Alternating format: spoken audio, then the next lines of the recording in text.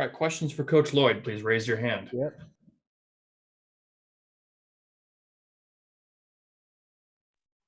First question, David Kelly. Hey, Tommy, obviously there was a lot of talk out there over the last few weeks about UCLA and their scheduling and the games they chose and one of not choosing you to play. I mean, what were your thoughts on that and how did you kind of feel about the way that whole thing went down?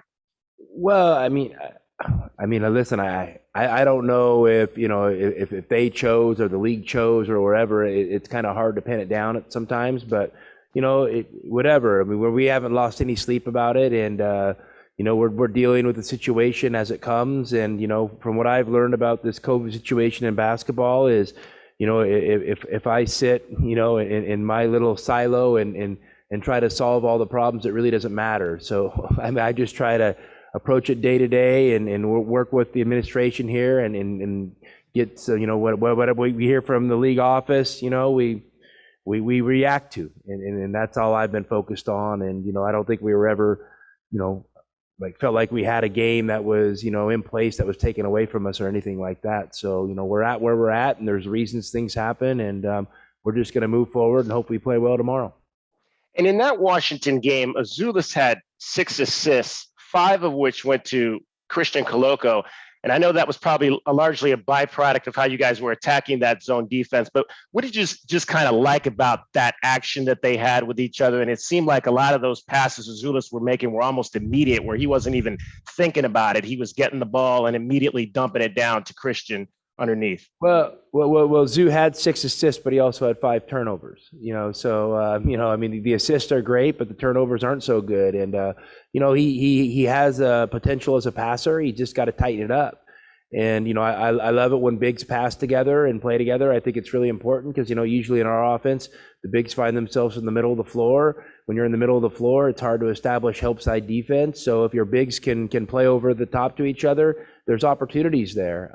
We don't want to live and die by it, but it's definitely a piece to the offense that I like. Both man and zone attacks. Next question, Bruce Pasco.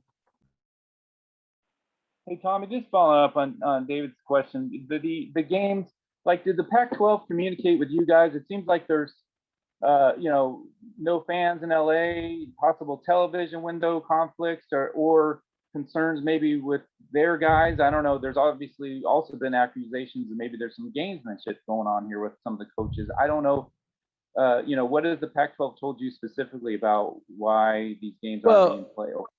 I'm not aware of any gamesmanship or anything like that going on. And listen, I know, everybody on the outside looking in wants to, sit around and try to, look through the haystack and find little reasons, and whatever, like we got slighted. Listen, we haven't been slighted. The situation's hard for everybody. I mean, I feel I've talked to Jamie in the conference office. I feel for him. He's got a really hard job. These are, solutions that are, not everybody's going to be 100% happy with. And, it might work out for you one time. It might not work out for you the next. So that's how I've approached it. To be honest with you, I haven't spent any time, him and Erhan, on it because, I just want to do the best job I can with our group and make sure, when we come out of this, that we hopefully play well. I mean, and ultimately, I think you can use the situation as an excuse and you can look for excuses, or you can use it as a reason to try to get better. And that's what we've chose to focus on. Right. And that said, I guess I was just wondering just specifically about, not having fans in LA, if that was communicated to you as an issue, because obviously you guys would be a big draw, and or maybe they wanted you on a different television window and ESPN couldn't take you this last weekend. And was any of that a possibility or a problem, do you think? Neither one of those was given to me as an excuse why we didn't play. So, and to be honest with you, Bruce, I didn't do a lot of digging because it's one of those deals. You're going to feel like you're doing something, but you're really not doing anything constructive. So I've chose to focus on what I think are constructive things. I'll let you dig. Okay. Well, I was wondering, just one final thing on that. How does that affect you as a coach, though? Because you've got this extra time maybe you're going to play in a few days, maybe you're not. How do you, and what did you do over these last 8 days? Well, we practiced. I mean, that's what you do. I mean, I just told our guys, you do experience this more often than they know. I mean, every year at the start of the season, we practice. And we practice a lot. We practice probably too much. And then, you know what? It's leading up to play a game. And I always just tell our guys, don't forget how excited you were to play in those first early games. And sometimes that excitement and that energy wears off as you get into the kind of the routine of a season. And I just reminded our guys, when we get a chance to play tomorrow night, let's be thankful for it. And the way you show how you're thankful is you go out and you play incredibly hard and you play together. And there's no guarantees how we're going to play tomorrow, but I'm hoping our guys, come out excited to play. I mean, that's been the message from us. Next question, Justin Spears. How did you perform at Topgolf the other day? I didn't. I actually, spent a lot of time with my family this weekend, which, you don't usually get an opportunity to do in the season, and kind of just used it as a little bit of a reboot. And the guys were on their own at Topgolf, and trust me, I would not have positively impacted their performance. I can promise you that. And with this much time off, are there any, pros and cons? Like pros, obviously health-wise, but cons, maybe you guys lose a little bit of momentum because you have just so much time off. Yeah, but again, it's like I told you, it's like the start of the year. I mean, you practice at the start of the year and you play a game, and then hopefully you play well. So we've done it before. You do it after Christmas break, and then again, I don't know how tomorrow's going to go, and I imagine Colorado's going to have some input on how it goes. I'm not worried about us being rusty. I'm not worried about us being unmotivated, because we have a choice in how we want to come out and play, and I'm hoping our guys choose the right things: effort, energy, excitement. Next question, Brian Peterson. Tommy, you're going to go from a team in the Pac-12 that feasts off trying to force turnovers and go about that, to a Colorado team that doesn't really go that route. It's a little bit more of making you work harder on defense. What have you done to try to work with that while also still addressing the turnover issue? Well, I mean, yeah, we've had a couple games where we've turned the ball over against teams that are really good at creating turnovers, and we need to be better in those areas, and we work on it every day, and we're going to continue to work on it, and hopefully the message has gotten through. Colorado is rock solid, and they're rock solid at both ends of the floor. They got a proven coach who's been in this conference a long time. He's won a lot of games, and he knows what he's doing. It's going to be a great challenge for us. Where Washington maybe plays a style of play that you only play against a couple times a year because it's pretty unique. Colorado's a little bit more traditional, probably aligns a little more closer to us.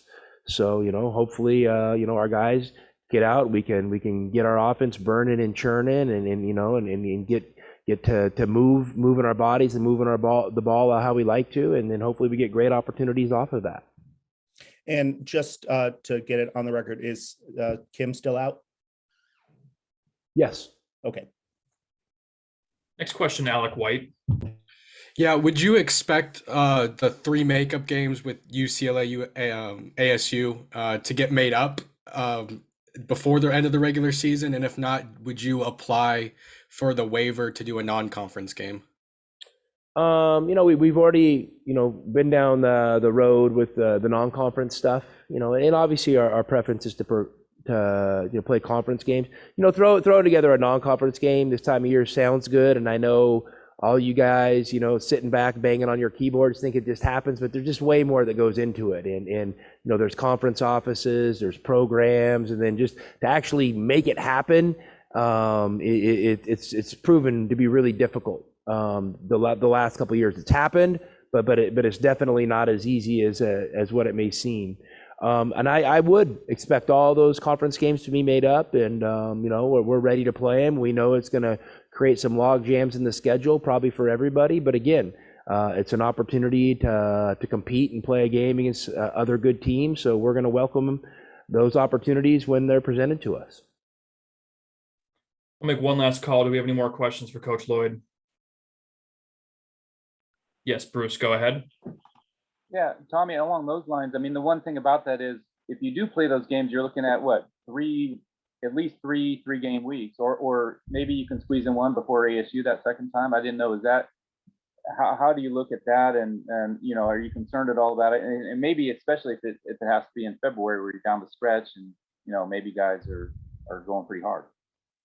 Yeah, I think to me it looks like everybody's going to have those issues, and in order to get a full conference season in, you're going to have to make some sacrifices. The unfortunate thing is, if you schedule games a couple weeks out, you can't predict injuries, you can't predict stuff like that. So hopefully it'll all work out for everybody. And obviously, that week we play ASU at home. I mean, there's a slot there to play a makeup game, and hopefully that gets created. And I think the makeup game with ASU should be pretty easy. I mean, there's not a lot of travel, organization that has to be done. Both teams can just jump on a bus and be there a couple hours later. So hopefully we'll find an agreeable date that works for both teams, and doesn't really put either team in a huge bind going forward.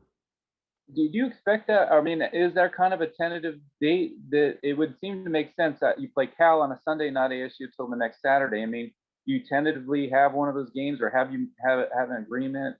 And if so, I'm wondering too, like, does it work? Like you say you're talking with Jamie, but I didn't know, like, you first sometimes casually talk to Bobby Hurley or whoever and say, hey, how about this day? Or does that work for you guys? And then go to Jamie, or how does that work? And then again, do you think that game, has anything? Well, generally it works. You work through your administration on a lot of those things. And I'm sure there are some conversations coach to coach. But I'm kind of the newbie to the league, so maybe don't have the relationships with the coaches like some of the other guys. So I've just been pretty much working through our administration. And the week before Arizona State makes a lot of sense. I mean, I'm hoping we plug something in there soon. Okay.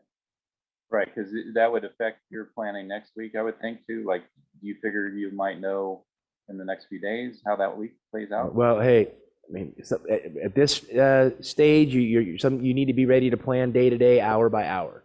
So we'll react accordingly when we know what's coming down the pipe. And so, who is I think Pella said Jordan is the best golfer. Is that true, or what's your take as the best golfer? Yeah, I mean, that would be interesting. I haven't seen a lot of the swings. I mean, we've been to Topgolf, earlier in the year, and to be honest with you, I didn't think any of them looked good. So, that was my assessment. So, I mean, I prefer them in, working on their shooting, working on their footwork, things of that nature, rather than out golfing. But I'm glad they got the opportunity to get out and do something as a team, because it's hard in these times, for sure. Cool, thanks. We have time for one last question. We'll go back to David Kelly. Hey, Tommy, real quick, I saw an article about you in high school that said you went as Tom Lloyd versus Tommy Lloyd in high school. Yeah. What's that? It's like, usually it's the other way around. People go as the Y ending thing as a child and then remove it as an adult. But it seems like you kind of reversed that. I guess it's Benjamin Button. I'm trying to stay young, I guess. I don't know. And to this day, the only person that calls me Tom is my mom. So let's keep it that way. Did you and Adia do the lunch yet? Who? Did you and Adia do the lunch thing yet? No, COVID protocols. We're staying. No, we'll get to that later. Both of us are busy, and that's one of the tough things. I know they're having a great year, but when you're coaching a season that parallels theirs, and when they're home, we're away, and vice versa. You don't get a bunch of time to connect. But I know they're having a great season, and I'm sure they'll continue to really have a strong season. And her and I will catch up after the season, and we'll probably have to negotiate this lunch deal, because I think going on COVID pause, and not playing that Texas game when we had to play at Tennessee, that's I don't know if that's a fair break on my end. All right, that's it. Thank you, everybody. Thank you, Coach. Thanks, guys. Have a good one.